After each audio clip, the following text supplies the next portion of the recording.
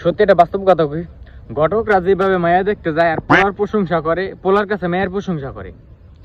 আর বিষয় হইতেছে গিয়া, ঘটকে যেভাবে প্রশংসাটা করে পোলার বিষয়, মনে করেন যে আমি বিদেশ থাকি, কফি শপে কাজ করি, আমি আসলে কফি শপে কাজ করি, তখন বিষয় মনে করেন যে আমার ব্যাপারে মায়ের বাপের কাছে যায় কেউ, মায়ের পরিবারের কাছে কেউ, মায়ের আত্মীয় স্বজনের কাছে কেউ, বিষয়টা কেমন কেউ। পোলা তো একটা দেখছি, পোলা তো মনে করে যে নায়কের মতো নেই, নায়কের মতো নেই, পোলা তো নায়কের মতো নেই, দেখতে হ্যান্ডসাম, মুসা লম্বা আছে, পোলা বিদেশ থাকে, সৌদি আরব থাকে, পোলা তো মনে করো যে কোনো কিছু কমতি নেই, যেহেতু পোলা বিদেশ থাকে, মাসে মনে করো যে 80,000 90,000 টাকা পাঠায়, বাড়িতে তেমন খরচ করেন না কেউ নাই। এখন ওই পোলা মনে করো যে বিদেশ থাকে, কাম করে এসির ভিতরে, বেতনও বেশি, ম্যানেজার পোস্টে চাকরি করে, আমি করি মনে কর যে উম্মাল পোস্টে, আর আমার বানালে ও ম্যানেজার।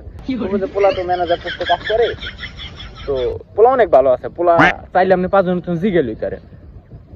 তো মানে বিষয়টা আপনারা একটু ভাববা চিন্তা দেখেন, মায়ের ভাবে চিন্তা করে পোলা ম্যানেজার পোস্টে থাকে, আবার মাসে 70,000 80,000 টাকা কাম করে, বাইতেও খরচ করে নাকি নাই, মেয়েরা দুটিতেই সুখে থাকবো না। আসলে পোলারা কখনো, সত্যি একটা কথা, পোলারা কখনো চায় না যে নিজের বউ, হ্যাঁ, বা বিবাহিত স্ত্রী কখনো কষ্টে থাকুক, এটা কখনো চায় না।